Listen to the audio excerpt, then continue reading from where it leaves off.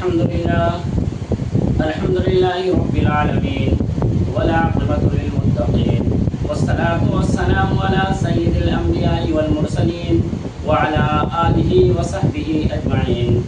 أما بعد فأعوذ بالله من الشيطان الرجيم بسم الله الرحمن الرحيم لقد كان لكم في رسول الله أسوة حسنة صدق اللہ العظیم۔ محترم حضرات، یہ ربیع الاول کا مہینہ ہے۔ یہ ربیع الاول کا مہینہ جس شخصیت سے سب سے زیادہ منسوب ہے وہ آقا دو جہاں، سرور کائنات، فخر موجودات محمد الرسول اللہ صلی اللہ علیہ وسلم ہے۔ جب کسی کی نسبت کسی سے ہو جاتی ہے تو نسبت میں بھی فضیلت کا کوئی نہ کوئی پہلو نکل آتا ہے۔ یوں تو اللہ کے نبی صلی اللہ علیہ وسلم کی نسبت تمام مہینوں سے ہے، اسلام کی تعلیمات، فرمودات اور اسلامی نظام سے ہیں، اور اسی طریقے سے اللہ کے نبی صلی اللہ علیہ وسلم کے فرامین تمام مہینوں سے متعلق ہیں۔ لیکن آقا دو جہاں محمد الرسول اللہ صلی اللہ علیہ وسلم کی زندگی کا معاملہ، ان کی پیدائش کا معاملہ ماہ ربیع الاول سے جڑتا ہے، اس لیے اس مہینے کی فضیلت دیگر مہینوں سے کہیں زیادہ ہو جاتی ہے۔ یوں تو رمضان کی فضیلت بھی اپنی جگہ اہم ہے کہ جس میں عبادات کے معاملات بڑھ جاتے ہیں اور ہم کثرت سے عبادت کرنے لگ جاتے ہیں، اور اللہ تعالیٰ نے فرمایا بھی ہے کہ رمضان المبارک میں عبادت کرنے کی فضیلت کیا ہے۔ اللہ تعالیٰ نے بہت واضح لفظوں میں فرمایا۔ اس طریقے سے ربیع الاول کی کوئی فضیلت تو واضح نہیں کی گئی ہے، لیکن جو فخر موجودات ہوں، جن کی بنیاد پر اس دنیا کو قائم کیا گیا ہو، جن کی وجہ سے یہ دنیا وجود میں آئی ہو، تو ظاہر سی بات ہے ان کی پیدائش کا معاملہ جس مہینے سے جڑ جائے گا وہ مہینہ خود بخود افضل اور فضیلت والا ہو جائے گا۔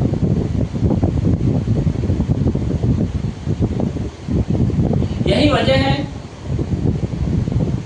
کہ ہم سیرت النبی کے جلسے اس مہینے میں منعقد کرتے ہیں اور اللہ کے نبی صلی اللہ علیہ وسلم کی تعلیمات کو بہت واضح انداز میں لوگوں تک پہنچانے کی کوشش کرتے ہیں۔ یہ روایت کتنی اچھی ہے اور یہ روایت کب سے شروع ہوئی ہے کہ مجھے اس میں کوئی کلام نہیں کرنا ہے، اس موضوع پر مجھے کوئی گفتگو نہیں کرنی ہے، اس پہلو پر مجھے کوئی بات نہیں کرنی ہے۔ بات دراصل یہ کرنی ہے کہ اگر ربیع الاول کے مہینے میں سیرت النبی کے جلسے منعقد ہو رہے ہیں اور اس کی روایت مضبوط ہوتی جا رہی ہے تو اس مضبوط ہونے والی روایت میں کچھ نیا کرنا چاہیے تاکہ یہ روایت مزید پرکشش ہو جائے، مزید افادی پہلو رکھنے لگ جائے۔ اس روایت کی وجہ سے آقا دو جہاں محمد الرسول اللہ صلی اللہ علیہ وسلم کے فرامین، اللہ کے رسول اللہ صلی اللہ علیہ وسلم کے معاملات دور تک پہنچے اور اس کا خاطر کا فائدہ بھی برآمد ہو۔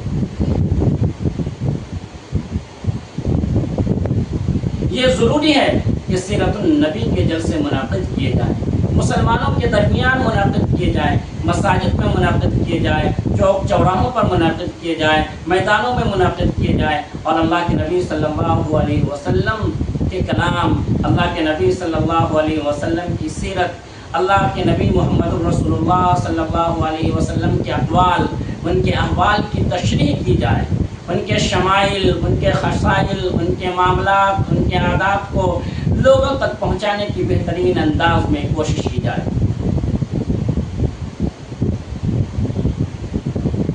لیکن یہاں رک کر میں ایک بات کی طرف آپ لوگوں کی توجہ مبذول کرنا چاہتا ہوں کہ رمضان میں افطار پارٹیوں کا سلسلہ عروج پر ہوتا ہے۔ میں اس پر بھی کوئی کلام کرنے نہیں جا رہا ہوں کہ افطار پارٹیاں ہونی چاہیے یا نہیں ہونی چاہیے۔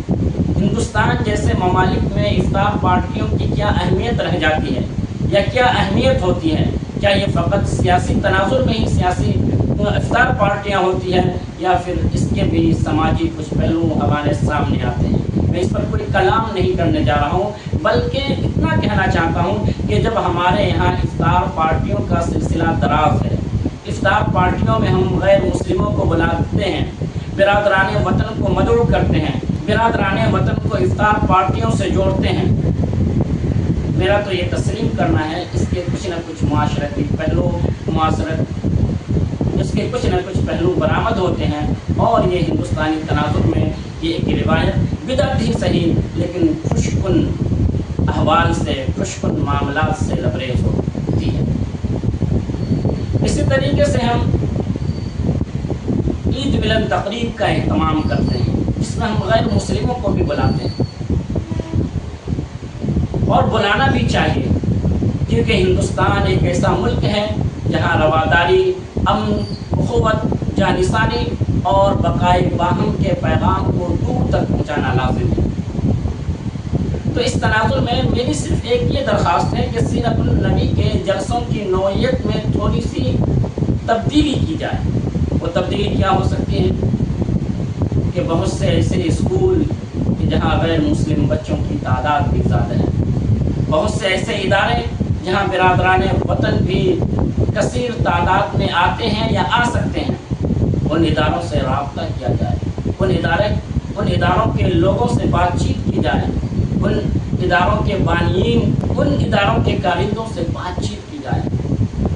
ان کو بتایا جائے کہ آقائے دو جہاں محمد الرسول اللہ صلی اللہ علیہ وسلم کے تعلق سے خداوند قدوس نے فرمایا ہے وَمَا أَرْسَلْنَاكَ إِلَّا رَحْمَةً لِلْعَالَمِينَ وَمَا أَرْسَلْنَاكَ إِلَّا رَحْمَةً لِلْعَالَمِينَ کہ محمد ہم نے آپ کو پوری دنیا کے لیے رحمت بنا کر بھیجا۔ ان اداروں کے ذمہ داران سے بات چیت کی جائے کہ قرآن یہ کہتا ہے کہ آقائے دو جہاں محمد الرسول اللہ صلی اللہ علیہ وسلم صرف مسلمانوں کے لیے رحمت نہیں ہے، بلکہ وہ پوری دنیا کے لیے رحمت ہے، وہ پوری دنیا کے لیے رحمت ہے۔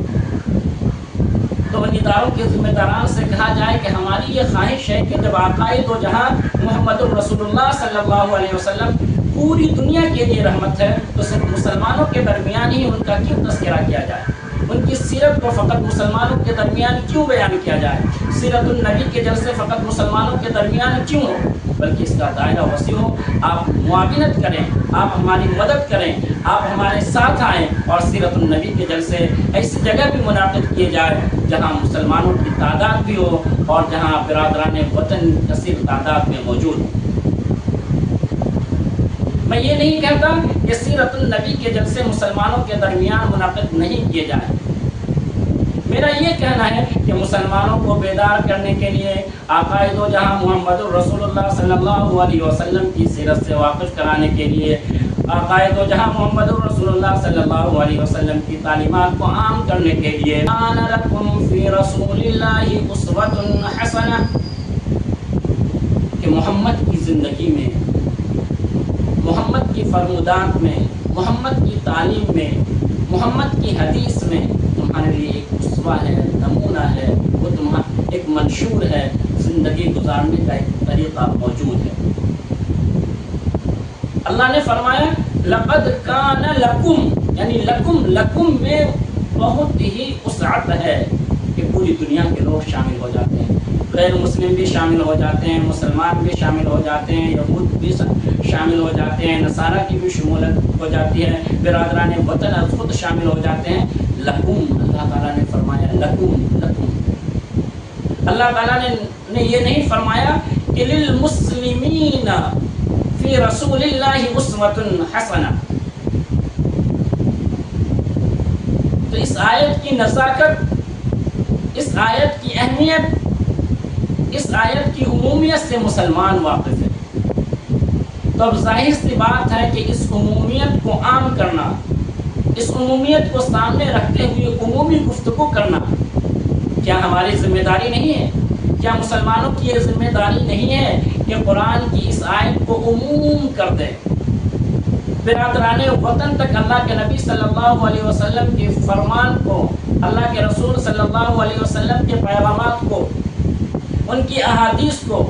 برادران وطن تک پہنچائیں۔ اگر اس آیت پر ہم غور و فکر کرتے ہیں تو ہمیں یہ معلوم ہوتا ہے کہ عقائد و جہاں محمد الرسول اللہ صلی اللہ علیہ وسلم کی سیرت پر منعقد ہونے والا جلسہ غیر مسلمانوں کے درمیان بھی ہو، غیر مسلموں کے درمیان بھی ہو، غیر مسلموں کو اس پر مائل کیا جائے، غیر مسلموں کو اس جانب متوجہ کیا جائے، تو سیرت النبی کا پیغام عام ہوگا، اور عقائد و جہاں محمد الرسول اللہ صلی اللہ علیہ وسلم کا جو ایک پہلو ہے جو تمام دنیا کے لیے رحمت ہے، یہ رحمت بھی عام ہوگی اور غیر مسلموں کے درمیان بھی ایک بہترین پیغام جائے گا۔ تو میرا یہ خیال ہے کہ سیرت النبی کے جلسوں پر تنقید کرنے کے بجائے